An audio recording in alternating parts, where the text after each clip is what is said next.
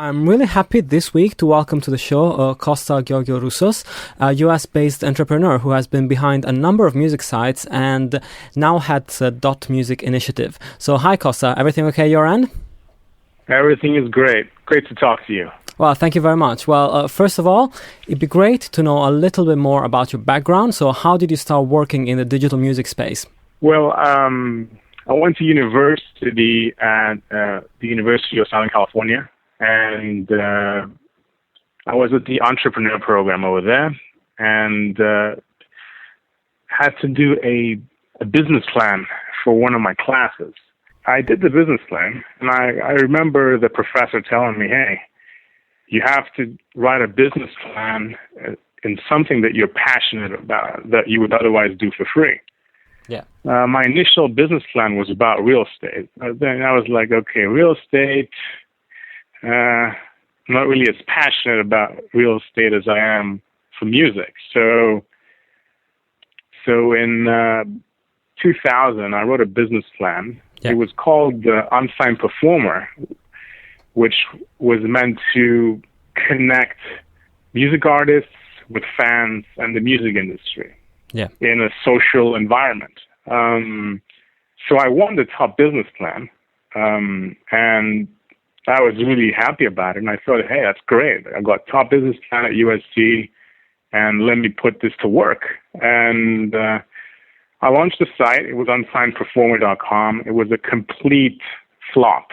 So, I was asking people to sign up, telling people to put their pictures on the internet. And this was like before Friendster, MySpace, or Facebook, and I did not get the right feedback from a lot of people, and they were really hesitant to put their information on the internet. In 2000. So I kind of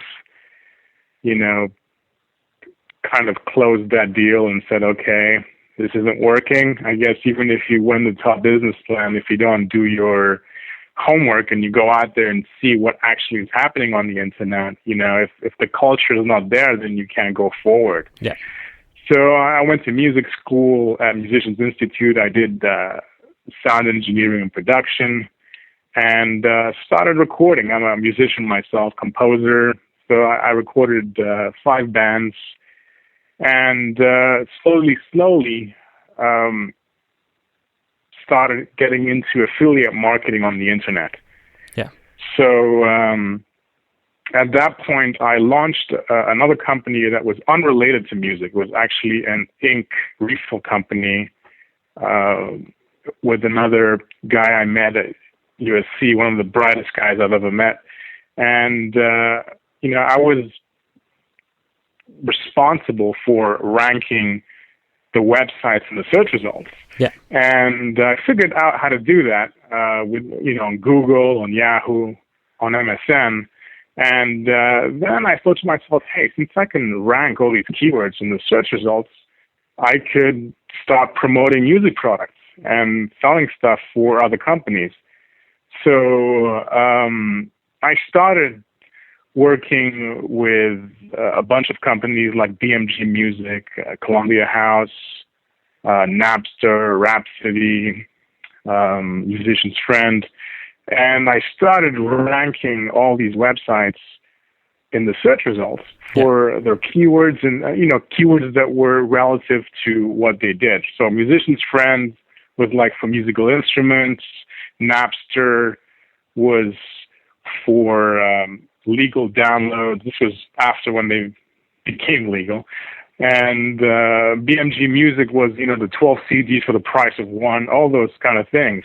Yeah. And I started ranking really, really high in the search results, and I formed affiliate partnerships with them. So I would get them a lot of traffic, a lot of customers. They would obviously pay me commissions on all the sales. The problem that I faced, though, was, I got all these people, hundreds of thousands of visitors, even millions across all the portals that I had.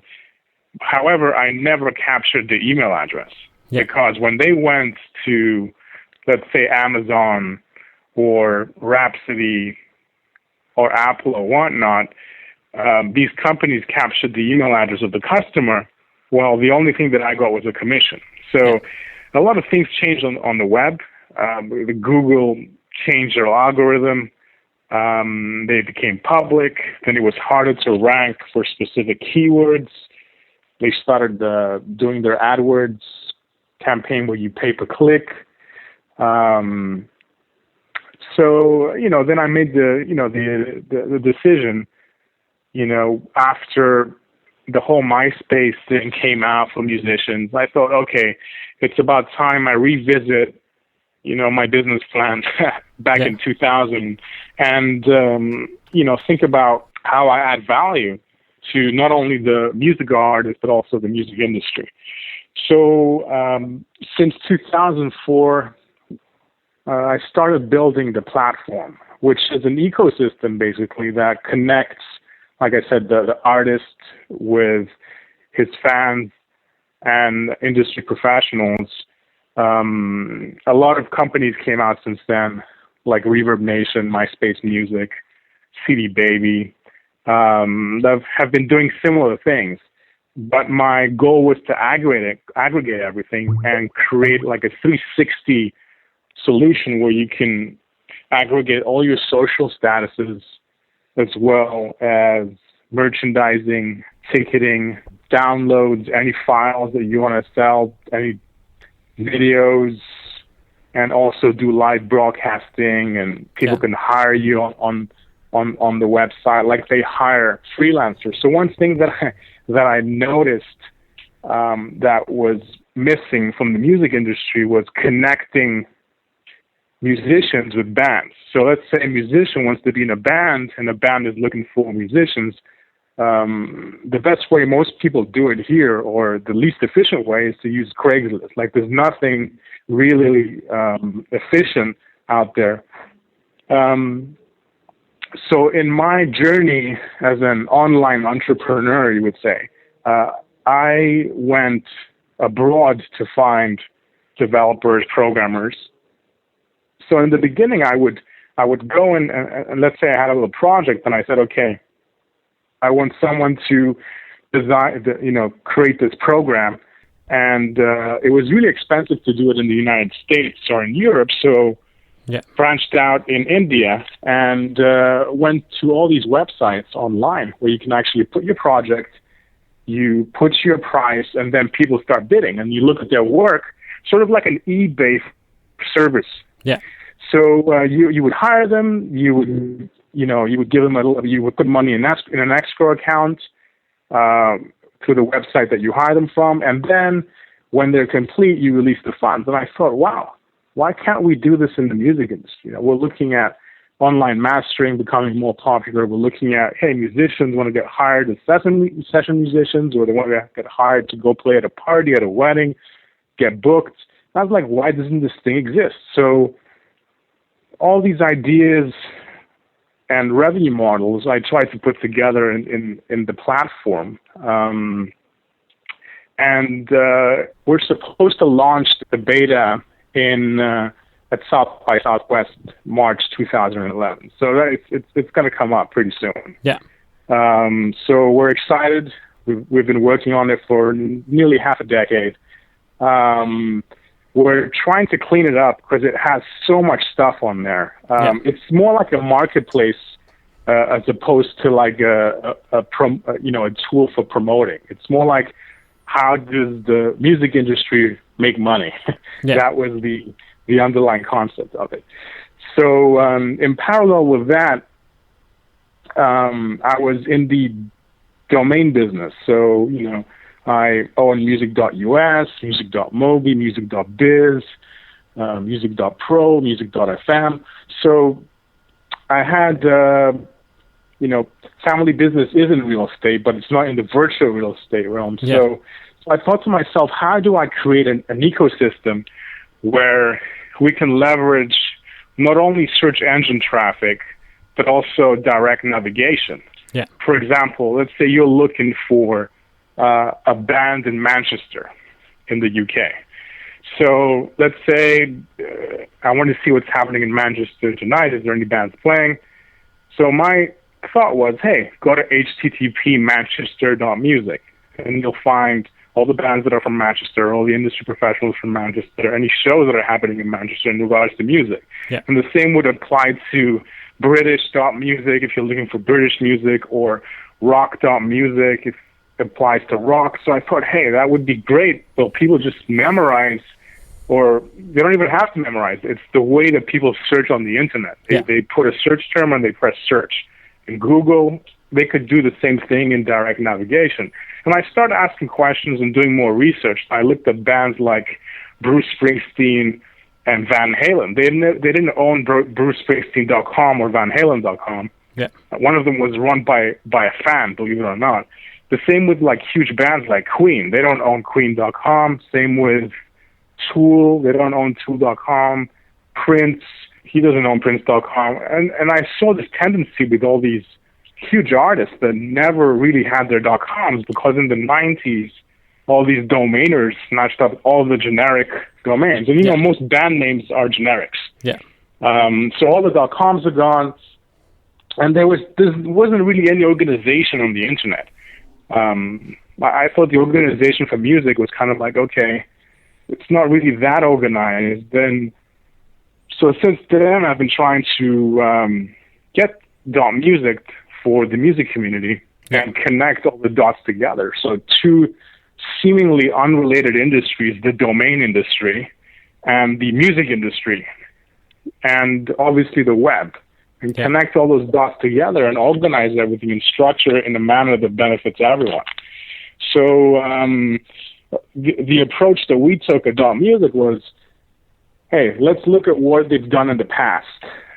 The people that launched new top-level domains. We looked at .asia, .mobi, and we saw the propensity for all the premium domains, let's say like entertainment.mobi or visit.asia. Any premium name that had high semantic value was auctioned out to the highest bidder.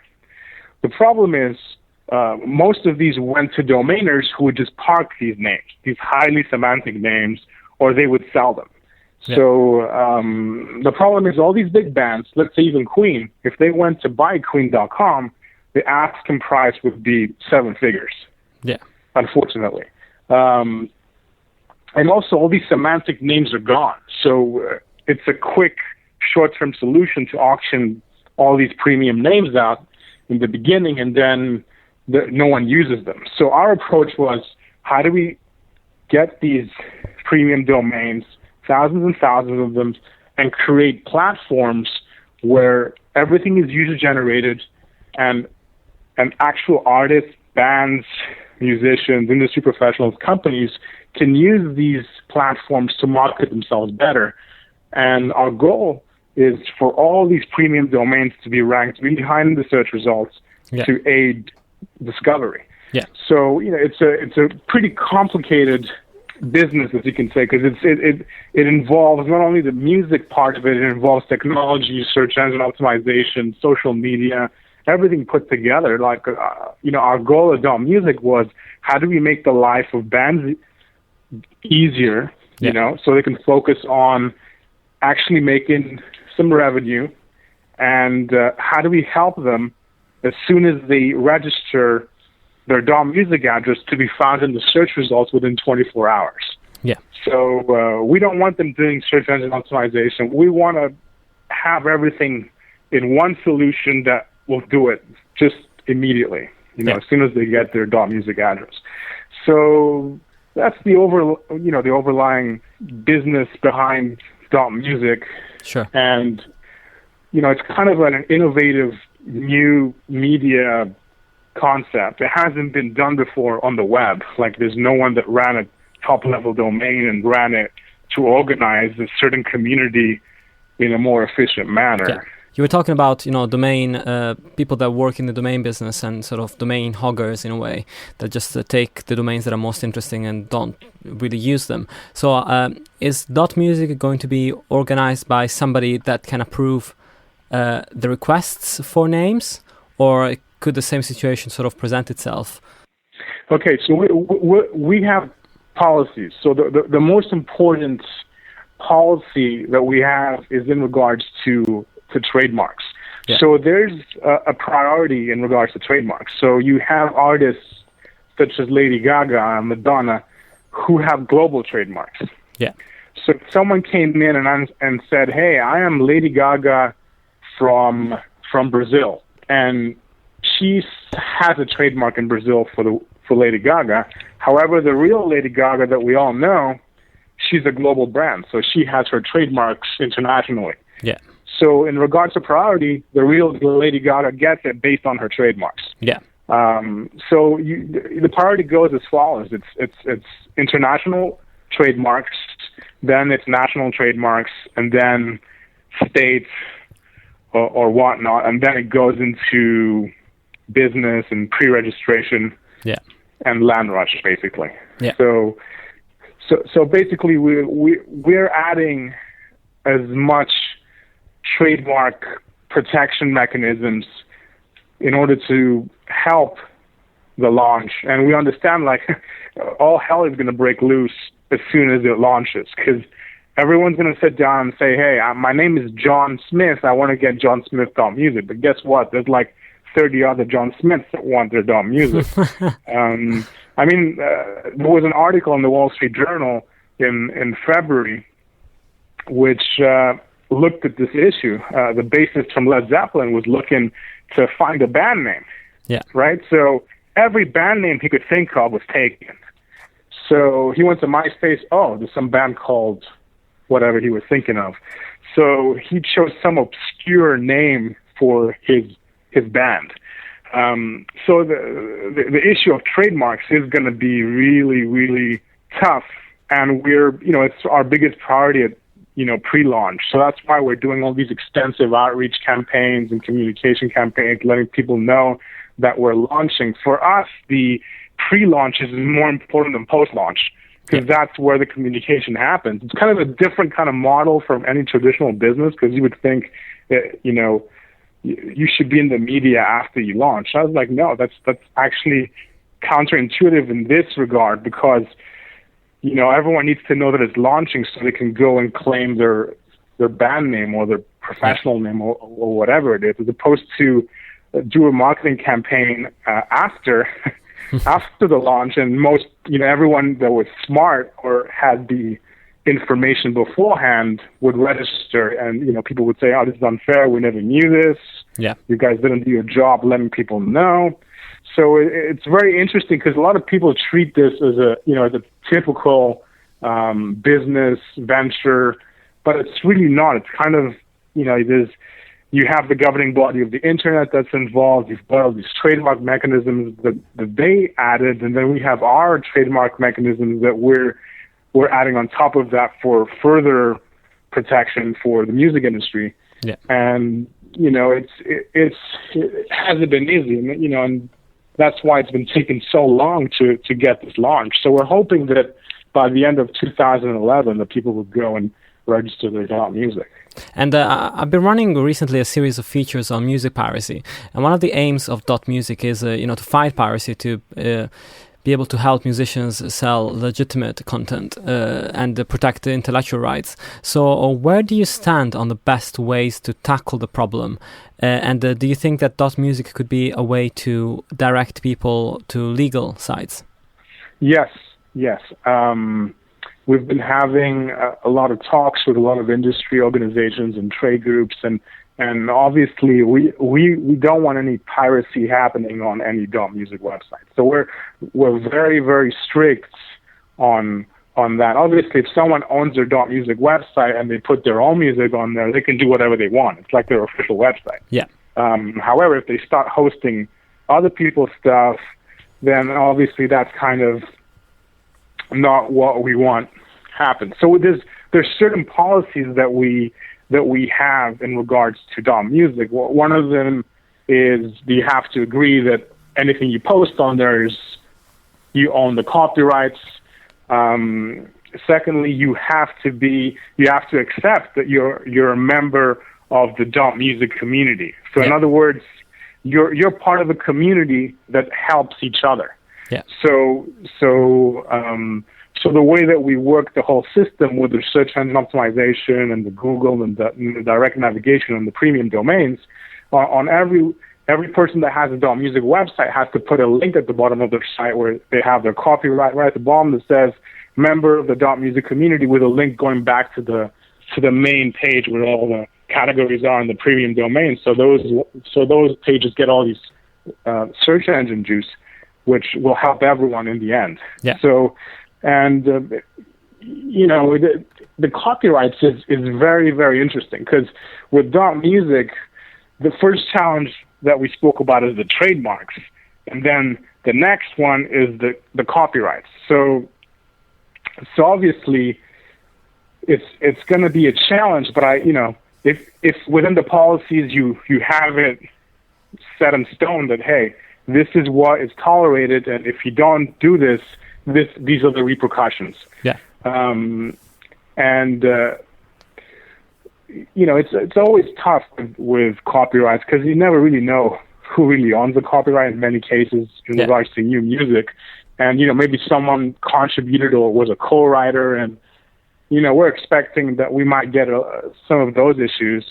But at large, we're obviously trying to create a place that's trusted, it's credible. People know that when they go there, they help the music community. And a lot of our proceeds are going to be given to not only fight piracy, but also to support music education, which we're very passionate about, as well as advocating for musicians' rights and fair compensation and innovation in the music space and the technology space as well. So we have 5 initiatives that we're really passionate about that represent who we are and what we do. And our underlying goal is to help the community and bring some new innovations in the music space and expand the pie for the music industry, and look at different models that can work, as opposed to keeping the traditional business models. Because I think there's, all the bands at the bottom of the pyramid, like all these new bands coming out, there's a lot of them.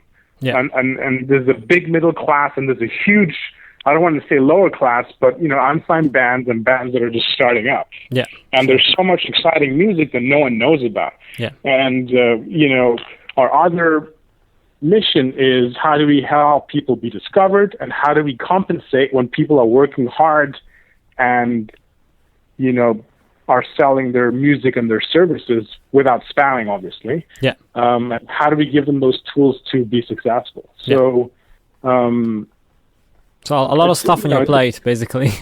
Definitely. Yeah, it's a combination of a lot of stuff. I mean, but after more than half a decade, I'm guessing in 2012 we're going to see the fruition of all our work and effort, and we're really excited because we've got so much support from the music community and people who see what we're doing. Yeah. And the interesting thing is, when I sit down and I have discussions with people, their first thing is, why do we need a .music? We have a .com. We don't need anything else. We've got a .co.uk. We've got .us. We've got all of those. Why do we need a .music?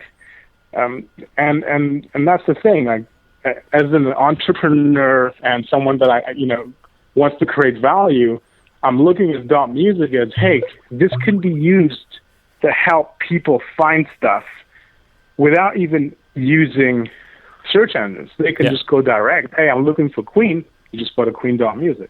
I'm looking for AC/DC, AC/DC.music, or let's say any band, just the band name.music, or genre.music, or city.music, country.music, anything, all the semantic words, you can just go direct in the browser. That has never been done before. And the reason why it hasn't been done before is because everyone wanted to cash out. Any top-level domain that came out, at least the most recent ones, wanted to sell and auction and maximize profits in their launch.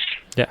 That doesn't fall with what we're doing. So we're trying to create value and do something that's special on the web. And we think by organizing the music industry on the web it will be very, very interesting and a compelling business model for all the musicians. And finally, you have a strong presence online. So if people want to know more about the initiative, where should they head to? Okay, if they can go to http, I could just say www.music.us. Yeah. They can check out our website. So music.us, that's where they should go. There's going to be links to Twitter, Facebook, LinkedIn, MySpace, and there's going to be information about what we're doing in regards to the music and our initiatives. And also, you're going to be at quite a few music industry events in the next few months. Yeah, we're going to PopCom, going to Berlin, and then we're going to be at CMJs as well in New York. Yeah. We're going to be at the Future of Music Coalition. We're going to be at the Billboard conference in Los Angeles. Everything's on our site. Yeah. So we'll be updating our site as regularly as we can. I also just posted something with more information about Dot Music, because so many people were asking me, where do we get all this information and how do we get it? We want to know more about what you're doing. They can go, I have a blog. It's music.com. I think it should be on the front page, which says, why do we need a Dot Music website? Yeah. So music.com, it gives you 20 reasons why we need a Dot Music address. It doesn't give you much detail about the actual technology or the platform. Yeah. But it's pretty big article that I wrote that goes into detail about what are the advantages of having a Dot Music or a website in general, as opposed to just having a MySpace or a Facebook page. You got to have your presence on the internet. Like, you can't rely on third-party websites to put your music out. You look at mp3.com back in the day, everyone got a free website, mp3.com/their band name, and then they got closed down. I mean, you look at MySpace, they lost all that user base, and that has flocked to Facebook. The problem is everyone that was on MySpace that created all those thousands and thousands of friends, what happened to those friends now? Yeah. They're not even logging in. So, so our approach is, hey, let's create your Dot Music web address. You're not promoting MySpace or Bebo or Facebook. It's going to be your brand name, Dot Music. It's what you do. And then we're going to have tools where you can, get your email list going. You own who you put on there and your fans. And it's a long-term solution. Yeah. So so on music.com, I explain all these things, the benefits, and, feel free to post any comments or questions.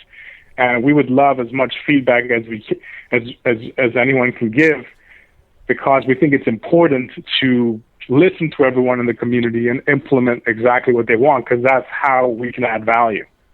Well, that's fantastic. It was great having you on the show, and I hope everybody's going to go and check out the Dot Music initiative and learn as much as possible about it before it launches next year. Okay, thank you so much for having me.